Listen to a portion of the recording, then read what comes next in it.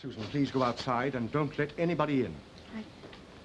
What is it? What's happened? There's to be a human sacrifice today at the rain ceremony. Oh, no. And you must not interfere. Do you understand? I can't just sit by and watch. No, Barbara. Ian agrees with me. He's got to escort the victim to the altar. He has to what? Yes, they've made him a warrior, and he's promised me not to interfere with the sacrifice.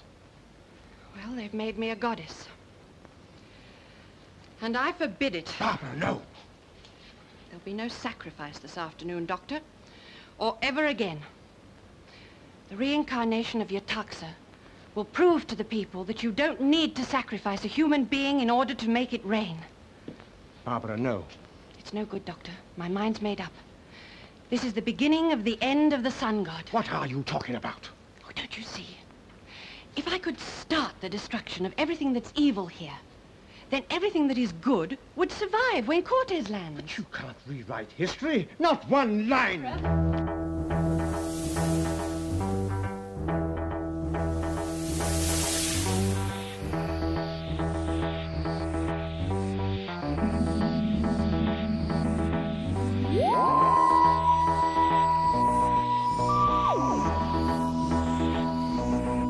Hello and welcome to an all-new episode of Doctor Who and Mr. Drew. It's your old-time traveling companion, John S. Drew here, and I've got to say first, really sorry that it's taken this long to get the next episode out. But as John Lennon used to say in his song, life is what happens to you while you're busy making other plans. But now that I've got those other plans taken care of, I can get back on track with this podcast. And yes, there will be a regular flow of quick reviews of the classic Doctor Who series. And we're going to begin today by taking a trip back in time once again as we visit the Aztecs. Now, the Aztecs is a 4-part story that was written by John Lucarotti, who wrote my all-time favorite William Hartnell story, Marco Polo. It's directed by John Ringham. It aired from May 23rd to June 13th, 1964. The 4 stories are entitled The Temple of Evil, The Warriors of Death, The Bride of Sacrifice, and The Day of Darkness. Now, in this story, the TARDIS lands inside an Aztec tomb, and Barbara is mistaken for an Aztec god when she emerges ahead of the others. The 4 are cut off from the TARDIS, and Barbara must play the role in order to gain their confidence and find a way back inside. The problem is, and this is the beauty of the story, is that we have 4 futuristic people with their values and ideas living amongst the Aztecs. A highly advanced people, to be sure, but still a people who are uncivilized. And therein lies the problem. How does one maintain the visage of a god and allow the barbaric acts of the Aztecs to continue? This would have been easy had the Doctor been mistaken for the god. At this point in his time traveling, he's fine with watching ritual sacrifice, as he knows he's not going to easily change the ways of the people. But it's Barbara, a human from the 20th century, along with Ian. We see it early on with the human sacrifices. Ian argues with the Doctor about taking part in it. In the end, he is able to be reasoned with, but Barbara cannot stand by and orders the execution to be stopped. As a result, the expected rain that was to fall never happens, and Barbara is placed under suspicion by the High Priest of Sacrifice, Yetaxa. The thing is, if you really look at it, it's politics as usual, and when someone doesn't get their way, in this case Yetaxa, who is denied his right to sacrifice someone and be made a hero, he then goes out of his way to prove Barbara false.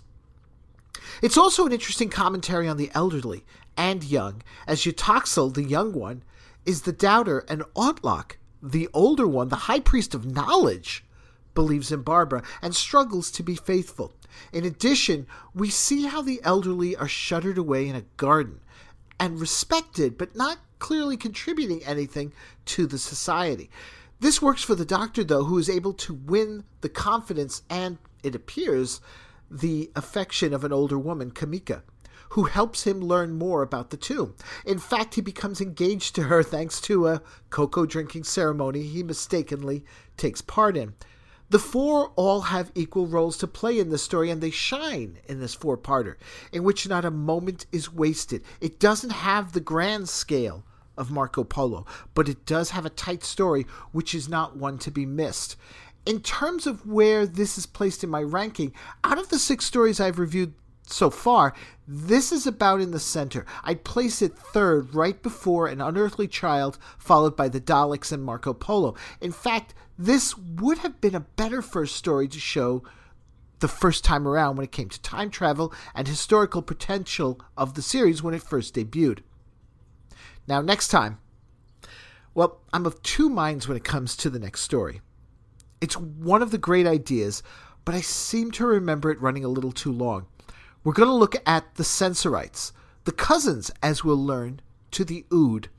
So until next time, folks, thank you so much for listening. Take care.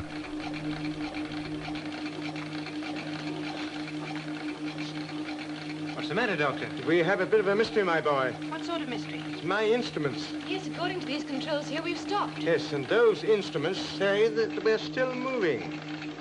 Perhaps we've landed on top of something. Yes. Or inside something. Hmm?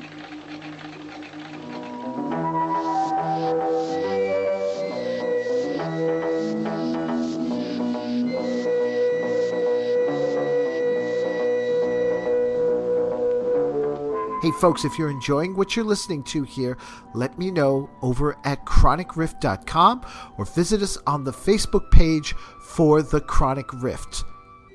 Doctor Who and Mr. Drew is a Lucky Shot production exclusively through the Chronic Rift Network.